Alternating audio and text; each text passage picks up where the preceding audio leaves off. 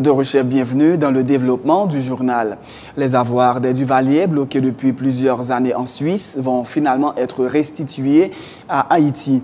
Il s'agit de plus de 5 millions de francs suisses, soit un peu plus de 6,8 millions de dollars américains. La procédure de restitution s'est achevée avec l'arrêt définitif du tribunal administratif fédéral, car le clan des Duvalier n'a pas fait de recours. Le TAF fait remarquer que l'origine de la fortune de Baby Doc ne fait aucun doute, soulignant le degré de corruption notoirement élevé de l'État pendant le règne des Duvalier. L'ancien dictateur et ses proches n'avaient pas réussi à démontrer que l'accroissement de leur patrimoine n'était pas en relation avec l'exercice de leurs fonctions publiques. Différents mécanismes sont prévus pour une restitution rapide de l'argent et éviter qu'il ne tombe entre de mauvaises mains. Ces avoirs devront servir à améliorer les conditions de vie de la population haïtienne, renforcer l'état de droit et lutter contre l'impunité des criminels. Après les communes de Carrefour, Delma et Milo, la ville de Petit-Goâve a accueilli ce samedi le programme Gouvernement La Caillou. Le cabinet ministériel était une fois de plus en face des représentants de la population locale pour passer en revue ses réalisations dans la région et recueillir leurs doléances. À cette occasion, le ministre de l'Éducation nationale a annoncé qu'à Petit-Goâve, le programme de scolarisation universelle, gratuite et obligatoire touche plus de 55 000 élèves pour l'année académique en cours. Pour ce qui est du programme de formation au métier en milieu scolaire, 350 élèves recevront une formation en construction, électricité bâtiment, plomberie et électricité, a ajouté Vanner Pierre. On l'écoute. Dans le cadre formation au métier en milieu scolaire que le président de la République a demandé de lancer, nous gagnons 284 élèves dans le 3e cycle, 7e année, 8e année, 9e année, qui pendant 2012-2013 bénéficient du programme. Nous gagnons construction bâtiment, il y a 89 élèves qui bénéficient de construction bâtiment, électricité, il y a 30, plomberie, il y a 59 et informatique, il y a 126 élèves. L'idée du programme, c'est qui ça? Étant donné que le gouvernement non logique de école fondamentale complète, ça veut dire de la première année jusqu'à la 9e année, le Timoun a sorti dans la 9e année, le gouvernement voulait que Timoun ait un métier pour commencer suffisamment armé pour capable de rentrer sur le marché du travail là. Et il y a 600 maçons là, année qui bénéficient du programme ça. Nous avons un laboratoire informatique là, nous avons passé, visiter, garder pour nous. Et nous avons non seulement du côté de la formation professionnelle dans ce centre-là, mais nous avons tout dans le niveau lycée, un laboratoire qui gagne 6 postes et informatique, mais que nous avons renforcé pour nous mettre une vingtaine de postes là-dedans tout. Pour l'année 2013-2014, nous avons étendu le programme, côté nous avons touché 350 timoun. Nous sommes à 284, mais nous avons touché 350 timoun dans la question de formation professionnelle.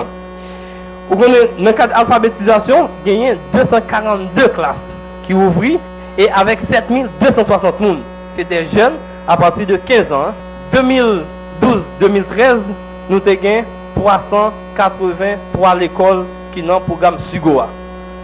Et combien de nous avons gagné? Nous avons 38 646 élèves qui ont un programme SUGOA. Pour l'année ça, nous gagnons 16 595 nouveaux élèves qui entrent dans le programme. On parle de tout Tigouave, commune Tigouave. Ça qui ramène nous à 55 241 timoun qui entrent dans le programme l'école Sugoa, l'école gratis. Le ministre de l'Agriculture, des Ressources naturelles et du Développement rural, Thomas Jacques, dresse un bilan positif de sa participation au sommet de l'Alba Petro-Caribé qui s'est déroulé en début de semaine à Caracas.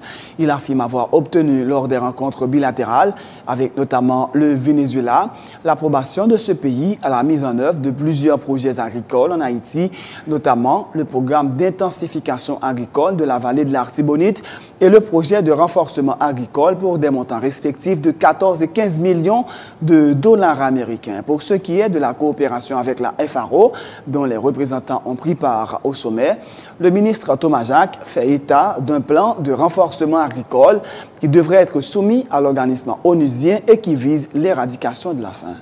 Par rapport à des rencontres bilatérales que nous avons faites qui concernent surtout le secteur agricole, il y a peut-être 3 points que nous sommes capables, 2 nouvelles que nous sommes capables d'annoncer. C'est l'approbation et Venezuela fait de 2 projets que nous te soumettons. C'est le projet d'intensification agricole de la vallée de l'Artibonite. Donc, c'est un projet qui est approuvé par le Venezuela. Et deuxième projet, c'est un projet de renforcement des équipements agricoles pour le secteur agricole. Donc, deuxième projet, ça a approuvé tout. Et troisième point qui est important dans le cadre de rencontre bilatérale, c'était surtout à faire engrais à côté Venezuela, un accord pour que, avec 5 millions de dollars, nous sommes capables d'acheter urée avec un prix préférentiel au niveau de Venezuela pour permettre que nous alimenter le marché national là en engrais. Nous espérons très bientôt recevoir officiellement les correspondances et via le ministère des Affaires étrangères qui pour permettre que pour l'année 2014 ça projet ça et il va le passer en phase d'exécution. Le premier projet c'est un projet de près de 14 millions de dollars et sur les 3 prochaines années. Deuxième projet c'est un projet de à peu près 15 millions de dollars pour acquisition et d'équipements pour le secteur agricole. FAO pourra assister tout pays qui est dans la région pour que nous élaborer sur des politiques publiques qui pour permettre que nous arrivions à éradiquer la faim et la pauvreté. Comme Haïti a déjà élaboré un plan d'action qui est capable de dire qu'il y a 2 voies. Une première voie, c'est voie long terme, côté nous élaborer plan de relance agricole pour permettre que à long terme nous arrivions à réduire de façon significative la pauvreté dans le pays, permettre que nous atteignions une production agricole et transformer les produits agricoles pour satisfaire les besoins alimentaires. Et deuxième voie, c'est voie côté pour permettre que nous rapidement agir sur l'extrême pauvreté, notamment les programmes sociaux que FAES a exécutés. Donc dans ce sens-là, Haïti déjà paré en termes de documents pour que le travail ensemble avec FAO pour permettre que nous arrivions et mettre en place des politiques publiques qui sont capables de faire les résultats que nous tous avons cherchés. Le directeur général de la PNH dénonce des individus qui font circuler des rumeurs faisant croire notamment que la carte de débit des agents de la PNH va être supprimée et que pour accéder au grade d'inspecteur, un agent 4 doit démissionner au préalable. Ce sont des informations dénuées de tout fondement, indique Godson Aurelius, qui fait par ailleurs état d'un plan de carrière au sein de la PNH et des discussions en cours en vue d'augmenter le budget alloué aux agents pour leur alimentation sur leur carte de débit. Des dispositions sont également en train d'être prises en vue d'améliorer les conditions de vie et de travail des policiers, assure le DG de la PNH. Ces derniers jours, il y a pile rumeur qui a couru pour déstabiliser la police là et pour faire les policiers et quoi non série d'informations et qui c'est de fausses informations.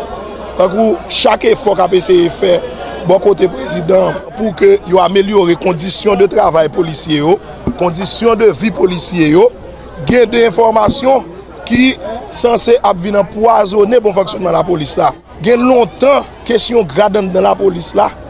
Te fait pile frustration à cause de gens grade qu'on a bail et une époque même sorti dans la période 2003-2004, c'était période côté la police a manqué éclaboussé même tellement gain de grade qui te bail donc d'une façon qui pas correcte et ça te vient soulever des frustrations de policiers qui étaient plus anciens qu'on l'autre qui était dans la première promotion et puis l'autre dans la 10e il passait devant.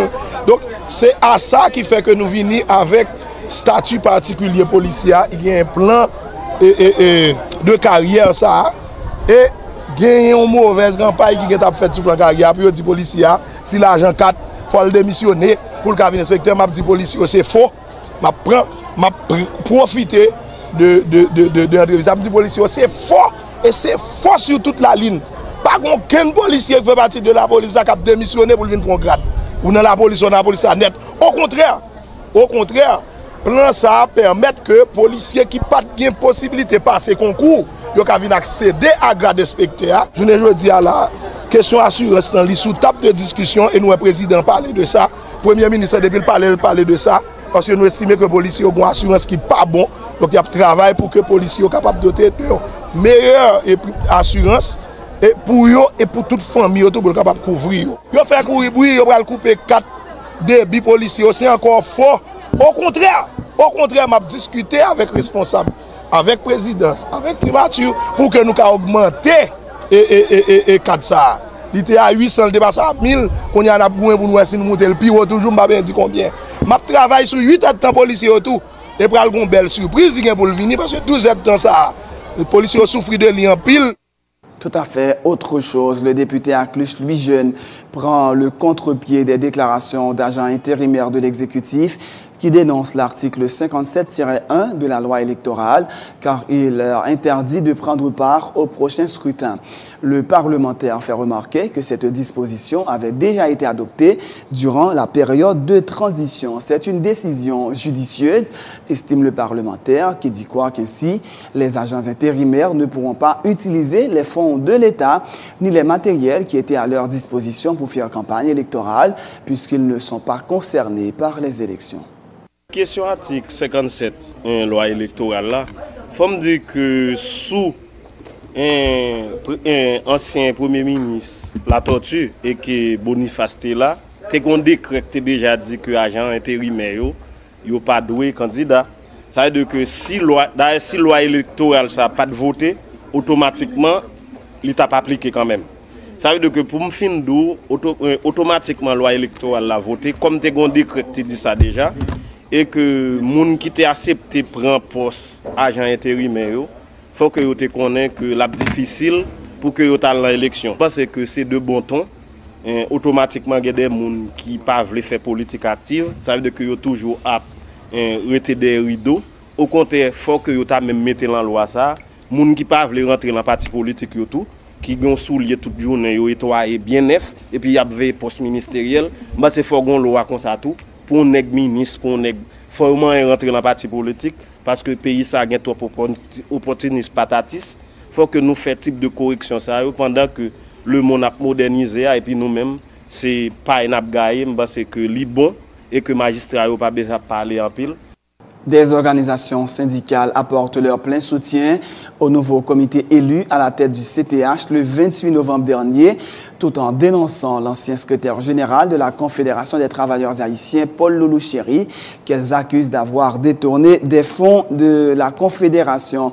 Les responsables de cette organisation, dont la FENATEC, les SE-ONA et la FENATAPA, font remarquer que plusieurs matériels de la CTH, dont des panneaux solaires et des ordinateurs, ont disparu à cause de la mauvaise gestion de M. Chéri. Ils appellent les membres du nouveau comité à commanditer au plus vite un audit sur ce qui reste de l'actif de la CTH et à se démarquer de la mauvaise gestion des anciens dirigeants de la Confédération. Paul Serge et Augustin Décembre sont respectivement responsables de la FENATAPA et secrétaire général de la FENATEC. Nous venons pour nous appuyer. Nouveau équipe que nous élus le 28 décembre dans tête CTH là. Instance internationale la même voyez écrit autorité pays d'Haïti pour dire que nouveau comité ça c'est nouveau comité que lui-même la baille le bras que lui appuyé. Nous féliciter nouveau comité ça qui gagne 29 membres dans tête li. Qui gagne pour mandat 4 ans pour diriger CTH à bon port.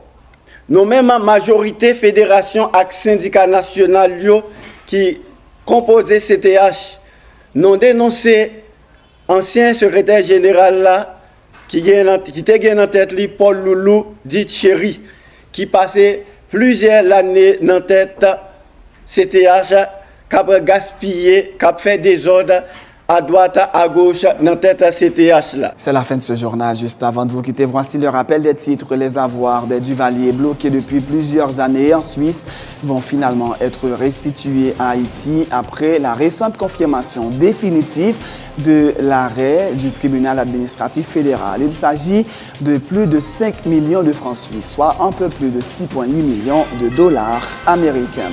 La ville de Petit-Goâve a accueilli ce samedi le programme Gouvernement La Caillou. Le cabinet ministériel était une fois de plus en face des représentants de la population locale pour passer en revue ses réalisations dans la région et recueillir les doléances. Le calme est revenu dans la capitale centrafricaine après 2 jours de violence qui ont fait une quarantaine de morts.